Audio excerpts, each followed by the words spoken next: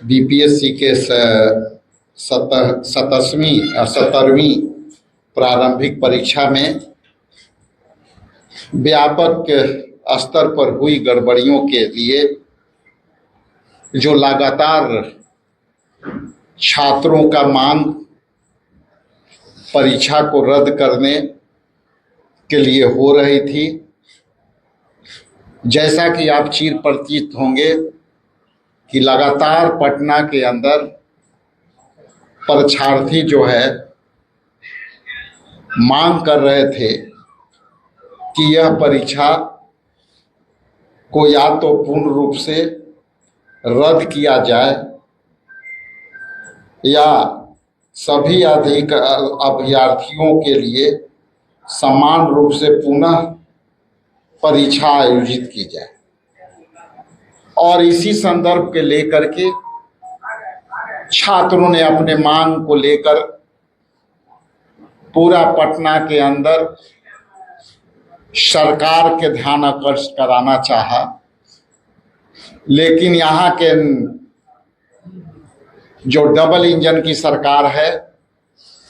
भाजपा के समर्थन से चल रही है, इनके परीक्षार्थियों के समस्याओं पर कोई ध्यान नहीं दिया गया। अंत पर सड़कों पर लाठियां खाते रहे, भूखे प्यासे जाड़े में ठंड में गर्दनी बाग में धरना देते रहे। कई छात्रों को लाठियां में सर टूटी, सर फटे, गर्दन के रीढ़ टूटे और एक सोनू कुमार छात्र को उसी आंदोलन में मृत्यु हो गई। लेकिन यहाँ के निकम्मी सरकार उनकी बातों को सुनने से इनकार कर दिया। मजबूरन जब इनकी बात आंदोलन से नहीं मानी गई तो मजबूरन सारे बच्चों को माननीय सर्वोच्च न्यायालय जाना पड़ा और सर्वोच्च न्यायालय में माननीय सर्वोच्च न्यायालय ने इस याचिका को ना स्वीकार नहीं किया और हाई कोर्ट के उस आदेश को बरकरार रखा जिसमें परीक्षा प्रक्रिया को वैध ठहराया गया था। समान रूप से पुनः परीक्षा आयोजन किए जाने के लेकर, क्योंकि एक परीक्षा को दो अलग अलग सेट और चयन दरों के बीच का असंतुलन संविधान के अनुच्छेद 14 और 16 का घोर उल्लंघन है। इसलिए मैं यहाँ आपके बीच उपस्थित होकर के भारतीय राष्ट्रीय कांग्रेस पार्टी के अपना पक्ष रखना चाहती है और ये पक्ष रखना चाहती है कि संजीव मुखिया जो सरकार के समर्थक है, जो नालंदा से बिलोंग करता है, नीट पेपर लीक के मुख्य सरगना है और आज ही मीडिया में ये बात आई कि पुलिस ने गिरफ्तार किया, लेकिन हम लोग का जो सूत्र है वो पता चला है कि वो आत्मसमर्पण किया है। पुलिस इसे ढूंढने में नाकाम रही, सरकार के पसीना छुटाते रहा और जब ये सर्वोच्च न्यायालय के फैसले आए, हालांकि सर्वोच्च न्यायालय के फैसला छात्रों के हित में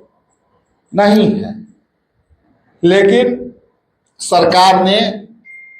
आज संजीव मुखिया को और वहां के पुलिस कह रही है कि हम गिरफ्तार किया है, लेकिन मेरा सूत्र स्पष्ट कर रहा है कि उसने आत्मसमर्पण किया है। उनकी धर्मपत्नी जो है एलजेपी के उम्मीदवार रही है। तो सरकार से आपके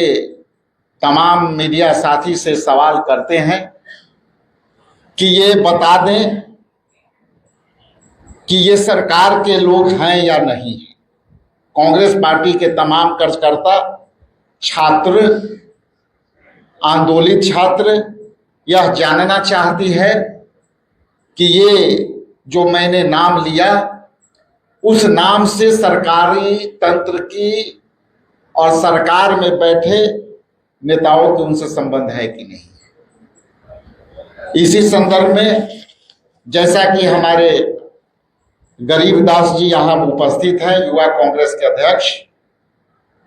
हमारे दाहिने तरफ राजेश राठौड़ जी हैं, और हम लोग जब बात कर रहे थे तो बड़ा ही आश्चर्यजनक बातें सामने आई, और वो है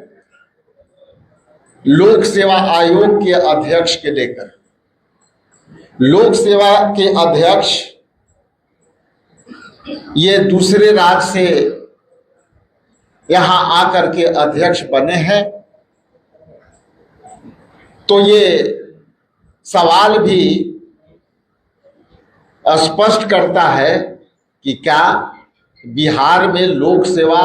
आयोग में अध्यक्ष रहने लायक कोई योग्य व्यक्ति नहीं मिला। यदि ऐसा मंशा है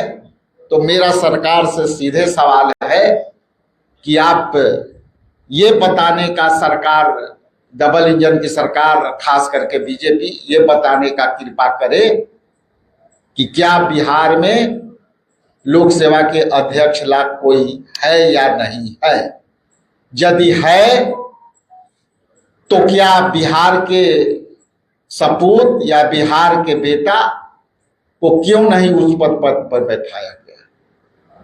और दूसरे राज्य के लोग यदि यहाँ ला करके रख रहे हैं और यदि ये गड़बड़ियां हो रही है, घोटाले परीक्षा में हो रहे हैं, पेपर लीक हो रहे हैं, तो मेरा गंभीर आरोप है लोक सेवा आयोग पर कि वो निष्पक्ष काम नहीं कर रहा है। आगे मैं बताता चलूं कि मेरी संवेदना, मेरी पूरी संघर्ष हम उन प्रतियोगी परीक्षार्थियों को भारतीय राष्ट्रीय कांग्रेस पार्टी के तरफ से, हमारे युवा कांग्रेस एनएसवाई के तरफ से, हमारे प्रदेश कांग्रेस कमेटी के तरफ से, उनकी जो भी मांगे हैं उस मांग के साथ हमारा सारा फ्रंटियर ऑर्गेनाइजेशन उनके साथ खड़ी है, और हम पूरी ताकत से उनके साथ खड़े रहेंगे। अंत में मैं इतना जरूर कह दूं कि हम किसी भी कीमत पर अपने युवाओं के अधिकारों से समझौता नहीं करने वाले हैं, और यहाँ जिस तरह से बेरोजगारी है, पलायन किए हुए हैं लोग, यहाँ कोई इंडस्ट्री नहीं है, और जो बच्चे 24 घंटे में 12 घंटे 18 घंटे पढ़ते हैं, उनके भविष्य के साथ जो खिलवाड़ कर रहे हैं, युवा कांग्रेस, प्रदेश कांग्रेस कमेटी, अखिल भारतीय कांग्रेस कमेटी और एनएसवाई ये कभी कदापि बर्दाश्त नहीं करेगी। हम इस गतिविधि को रोकने के लिए जो भी सहयोग पड़ेगा युवाओं को हम करने के लिए तैयार हैं। बहुत बहुत धन्यवाद। आर्यभट्ट ज्ञान विश्वविद्यालय की कुलपति हैं डॉक्टर शरद प्रसाद यादव, हरियाणा के। सीआईएमपी के चेयरमैन, चंद्रपुर प्रबंधन संस्थान के जो डायरेक्टर हैं वो उत्तर प्रदेश के। तो इसमें बोली कि सर बिहार सरकार के द्वारा संचालित संस्थान, बिहार सरकार लाखों रुपये अरबों रुपये देती है और बाहर से लोग आते हैं, कितना भला कर रहे हैं आपको ही बताइए, इस बारे में क्या करें? देखिए, और जितने भी संस्थाएं हैं, खास करके जो बिहार सरकार के नॉमिनेटेड होते हैं, आप राजभवन से उसको जोड़ के देखते हैं, पिछले बार कई घोटाले हुए यूनिवर्सिटियों में और सभी पाए गए कि बाहर के। आप जिस विश्वविद्यालय के नाम लिए, इसके पहले थेसिस लिखने के नाम पर एक दलित बच्चा को, जो है पसमान जाति के बच्चा था, हमारे पास आया था, विधानसभा में मामले भी उठे, और उस बच्चे के थेसिस के लिखने के नाम पर उससे अनलगर कामें कराना चाहता था। वो जो है जब वो इनकार किया तो उसके सारे थेसिस पर स्याही जो है और वो कागज कलम से वो सारा उसका थेसिस लिखा गया, और हम लोग चिल्लाते रहे विधानसभा में।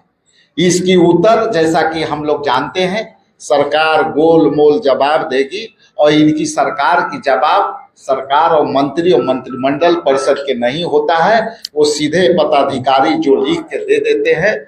और वो जो है वही प्रकाशित हो जाता है। इसलिए आप 90% यूनिवर्सिटियों में,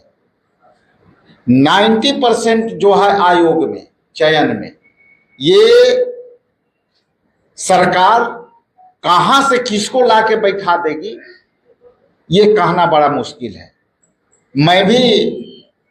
मगध यूनिवर्सिटी का सीनेट मेंबर,